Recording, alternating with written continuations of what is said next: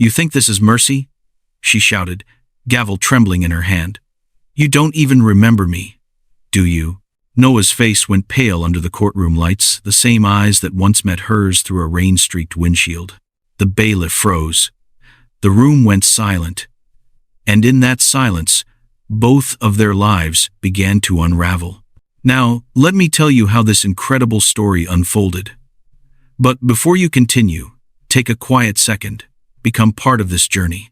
Subscribe, not just to follow a channel, but to stay connected, share your heart in the comments, and tell me where you're watching from, because your support keeps these stories alive.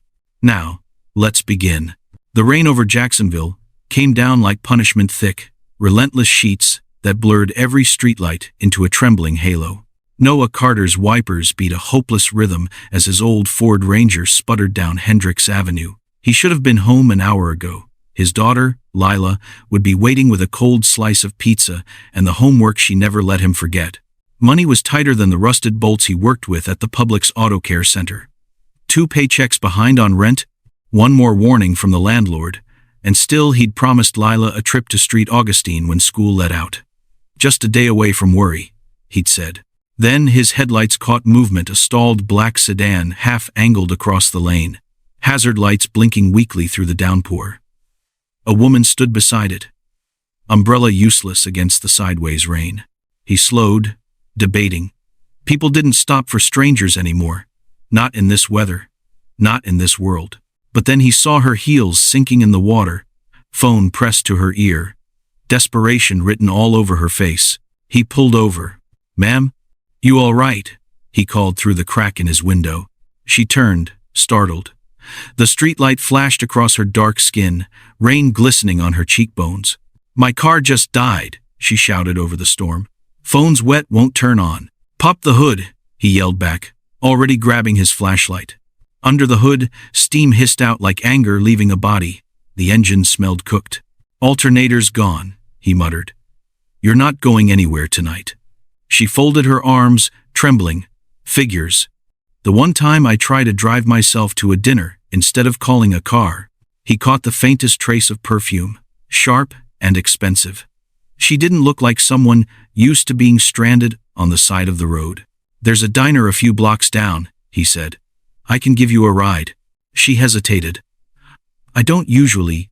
"Yeah, me neither," he said quickly, pushing the passenger door open. "Promise I don't bite." Inside the truck, the air smelled of oil and cheap coffee. She sat rigid, arms crossed, eyes darting to the empty car seat in the back. "That your daughter?" she asked quietly. "Yeah. Leela, 10, smarter than me already." He grinned, but it didn't quite reach his eyes. For a mile, only the sound of rain filled the cab. She studied him, calloused hands gripping the wheel, jaw tight but kind, eyes tired in a way success never knows. At the diner, he waited while she ordered coffee, refusing to let her pay for his. "Just glad you're safe," he said when she thanked him. Her name never came up. The next morning, Noah woke to a pounding on his door. His boss stood outside, flanked by 2 uniformed officers. "Noah Carter?" "Yeah. You're under investigation for theft of auto parts from Publix Auto Care. We need you to come with us." His stomach dropped. "You've got to be kidding me." They weren't. Within hours, Noah found himself sitting in a courtroom that smelled faintly of polish and old fear. He'd never been here before, except for traffic tickets. His public defender barely looked up from the file. "Don't worry, we'll ask for leniency," the man said, already halfway out the door. Then the bailiff called for order. Everyone stood, and Noah's world stopped. Because the woman walking to the bench, the one adjusting her robe, her gaze steady and unreadable, was the same woman he'd driven through the storm. The stranger, her name echoed through the room, Judge Camille Rhodes. She didn't look at him at first. Then her eyes lifted, and recognition flashed like lightning, gone in an instant, but enough to burn. Noah's heart pounded. She remembers me. But her expression hardened. "Mr. Carter," she began, voice crisp, "you stand accused of theft from your employer. How do you plead?" He swallowed hard. "Not guilty, Your Honor." The words hung in the air, fragile as glass. Camille hesitated, just for a breath, then continued reading the formalities. To anyone else, it was a routine arraignment. But to Noah, every syllable felt personal, like judgment from someone who already knew the better version of him, the man who stopped in the rain. When court adjourned, he saw her glance toward him again, something uncertain in her eyes. Guilt? Curiosity? He couldn't tell. Outside, thunder rolled across Jacksonville again, as if the storm had been waiting for round two.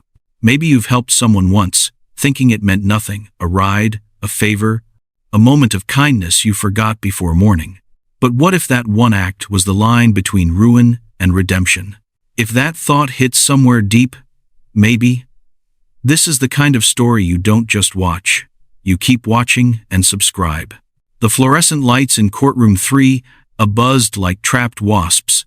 Judge Camille Rhodes kept her face neutral, pen poised above the docket, but her stomach was a knot. 2 rows down sat Noah Carter, hands cuffed loosely, hair still damp from the morning rain, eyes fixed on the floor. Every instinct told her to recuse herself. Every rule told her not to. But the chief judge's words still rang in her head. We can't afford another headline, Camille. Keep your docket clean. State v. Carter, she said, voice steady. The prosecution may proceed. The assistant district attorney, a slick-haired man with a too-bright tie, presented evidence. Missing alternators, CCTV footage conveniently blurred, a co-worker's sworn statement. Camille watched Noah's jaw tighten. She saw pride, dangerous, unyielding pride. When his public defender finally spoke, it was a dry protest. My client maintains innocence. The video's inconclusive, and no fingerprints were recovered. Camille leaned forward. Mr. Carter, do you have anything to add? He hesitated, glancing up at her for the first time. Only that I've fixed cars my whole life, ma'am. If I wanted to steal parts, I'd pick better ones than busted alternators. A ripple of laughter moved through the courtroom. Camille's gavel struck once. Order. But inside, something cracked, because she heard sincerity in his tone. The same humility she'd seen that night in the rain. She called for a short recess, escaping into her chambers before anyone could read her face. The small office smelled of lemon polish and tension. She opened the case file again, skimming the report. The signature of the arresting officer froze her chief, David Holloway. Years ago, he'd been part of the very unit tied to her first major case, the one that ended a young man's life because of her ruling. A chill swept through her. No coincidence. Camille set the file down, pulse racing. Maybe fate wasn't testing Noah, it was testing her. When recess ended, Noah lingered in the courthouse corridor. The air conditioning blew too cold. The polished floors smelled faintly of bleach. He leaned against the wall, staring at the vending machine like it might offer answers instead of chips. Footsteps clicked behind him, measured, confident. Judge Rhodes. He straightened instantly. Your Honor, you shouldn't address me outside court, she said, but her voice carried more fatigue than command. She hesitated, then nodded toward the bench outside her chambers. Sit. He obeyed, confused. For a long moment, neither spoke. Rain whispered against the windows again, softer now, like the storm was listening. I remember you, she said finally. From that night, on Hendricks Avenue. Yeah, he replied quietly. Didn't think I'd see you again, especially not from that chair. Her lips pressed together. You helped me when you didn't have to. He shrugged. Guess that's just what decent folks do. Decent doesn't always keep you out of trouble. He looked up, meeting her eyes. And power doesn't always make you right. Something flickered in her expression, pain, maybe recognition. She turned away. You shouldn't talk like that in a courthouse. I shouldn't be here at all, he said. That landed. Camille studied the floor tile. Chief Holloway handled your arrest, she murmured. You know him? Her silence answered for her. The truth pressed against her chest. Holloway had been the same officer whose testimony she'd once trusted, a testimony that sent an innocent 17-year-old boy to prison. The same case that had nearly ended her career before it began. And now, another man, another father was caught in Holloway's web. She wanted to tell Noah everything, to confess the guilt that still haunted her. But judges didn't get to be human. Not out loud. "I'll review the evidence," she said, standing abruptly. "That's all I can promise." "Sometimes," he said, "that's more than anyone ever has." Her breath caught. She walked away before she could feel anything more. Ever watch two people trapped on opposite sides of justice, both right, both broken, and felt your own chest tighten? If part of you wants to see how mercy survives inside a system built for punishment, maybe that's your reason to keep watching and subscribe. By the time the trial opened, the Jacksonville courthouse felt like a pressure cooker. Reporters lined the hall. Flashes burst every time Judge Camille Rhodes took the bench. A Good Samaritan turned suspect headline had already gone viral. Noah sat stiff at the defense table, Lila's small drawing of a beach folded inside his pocket like a talisman. His public defender whispered strategy he barely heard. The only thing he focused on was Camille's face, controlled, perfect, untouchable. The prosecution called Chief David Holloway. He took the stand with the calm of a man who'd been there too many times. "Mr. Carter was the only employee with access to the parts room that night," he said. "Security caught him on camera, leaving after hours." Camille's pen stopped. Something about the phrasing, the exact sentence, felt too familiar. She flipped through the evidence binder and froze. The timestamp on the exhibit looked almost identical to one from her first major case years ago. Same typeface, same template, same Holloway report format. Her pulse thundered in her ears. "Chief Holloway," she said carefully, "who prepared this report?" "I did, Your Honor." She studied him. "Personally?" "Yes, ma'am." "Under oath?" He smiled. "Always." The grin hit her like déjà vu, that same grin from the witness stand 8 years ago when he'd sworn a 17-year-old kid was armed. That testimony had sealed the conviction that ruined a life. And that boy's last name. Camille's hand tightened around her pen until it snapped. "Recess," she ordered abruptly. 10 minutes. Gasps rippled through the courtroom. Noah turned toward her, confused. The bailiff shouted for order as Camille left the bench, heart pounding like she was the one on trial. In her chambers, she dug through her old digital archive. Files she thought she'd deleted long ago still sat in the court database, including the case summary. State v. Holloway, People of Florida. The victim's name leapt off the page. Andre Miller. She whispered it aloud, the syllables heavy as rain. Miller. Lila Miller Carter. Camille found Noah standing at the end of the empty corridor, pacing like a man waiting for a verdict he already knew. The rain had started again outside. Streaks of light bled across the marble floor. "You called a recess," he said. "Why?" She swallowed hard. "Because the truth in that courtroom isn't the truth that belongs there." He frowned. "Meaning?" She stepped closer, voice low. "The man Holloway swore against 8 years ago, Andre Miller, he was your wife's brother, wasn't he?" Noah's breath caught. You know Andre? I sentenced him." Her voice broke. "I believed Holloway's report. He died in prison 2 years later." The hallway seemed to tilt. "You're saying the same cop who lied about my brother-in-law is framing me now?" Camille couldn't meet his eyes. "I can't say that yet. But I think so." His laugh was bitter. "And you expect me to trust you, the judge who killed my family once already?" She flinched, tears welling. "I didn't know." "You should have," he said. "That was your job." Noah backed away until his shoulders hit the cold marble wall. "All that time," he whispered. Lila asked why Uncle Andre never came home. I told her the system made a mistake. I never thought it was you. Camille's eyes shimmered, but she held her ground. "You think I sleep at night? I see his mother's face every time I close my eyes. I promised myself I'd never let evidence blind me again." "Too late," he said. She reached for him on instinct, then stopped herself. "Let me fix it." "You can't fix dead." Her composure cracked. "Then, let me fix you." For a second, silence stretched between them, raw, pulsing. The courthouse hum faded into nothing but their breathing. You said decent doesn't always keep you out of trouble, Noah muttered. Guess justice doesn't keep you clean either.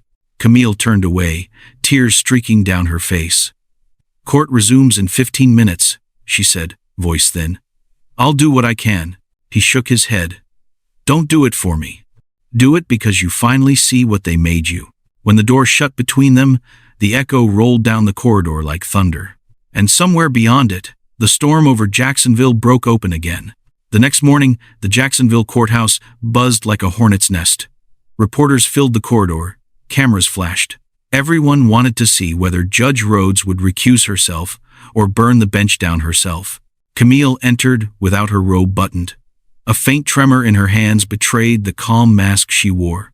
Noah sat at the defense table, expression guarded, but no longer angry, just waiting. When she raised the gavel, her voice carried farther than she expected. This court has reviewed new evidence, she began. Evidence that calls into question the integrity of the arresting officer and the veracity of every report he has filed. Gasps. Holloway shifted in his seat. Camille looked directly at him. Chief Holloway, step forward.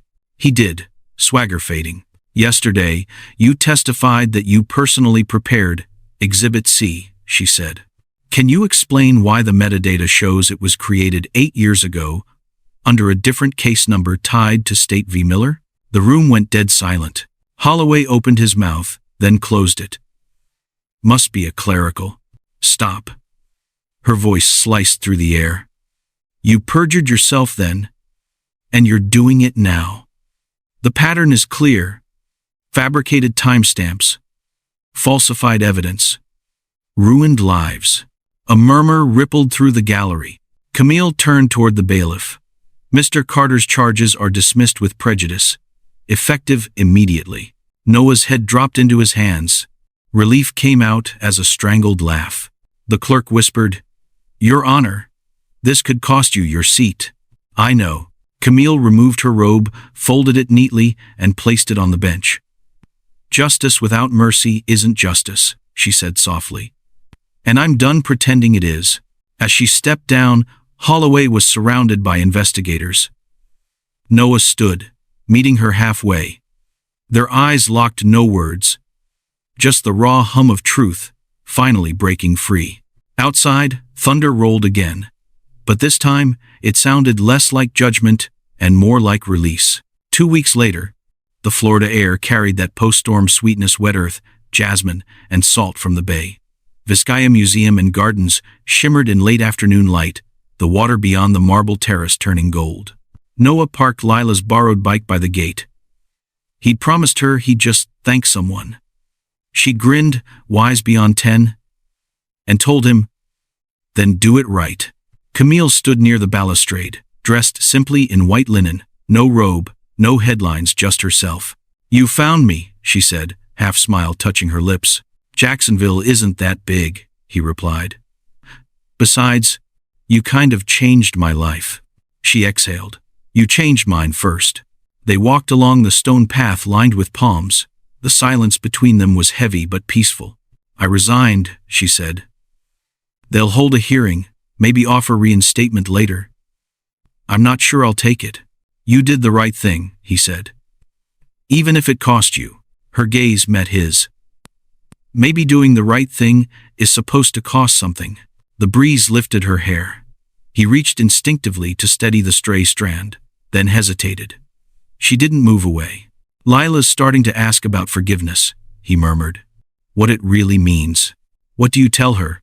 That sometimes people who hurt you are the ones who teach you how to heal. Camille's throat tightened. I'd like to meet her one day. You should, he said softly. They stood facing the bay until the first lights of Miami flickered across the water. Somewhere inside that quiet, something unspoken became certain. What began as mercy had turned into love. Maybe it's easy to believe the world is broken beyond repair until you watch two people decide to fix what they didn't break. If stories like this remind you that grace still matters, then maybe staying for the next one isn't just following the channel, it's choosing hope again. Thank you for staying with me until the very last moment of this story. If something in it, even a single glance, a breath, a heartbeat reached you, then this story did what it was meant to do. Every view, every heartbeat that listens, keeps this little world of stories alive. So, before you go, take a quiet second, become part of this journey. Subscribe. Not just to follow a channel, but to stay connected to the next story waiting to speak to your heart. The next one goes even deeper, more truth, more love, more healing. And it's already waiting for you. Your next story begins right here.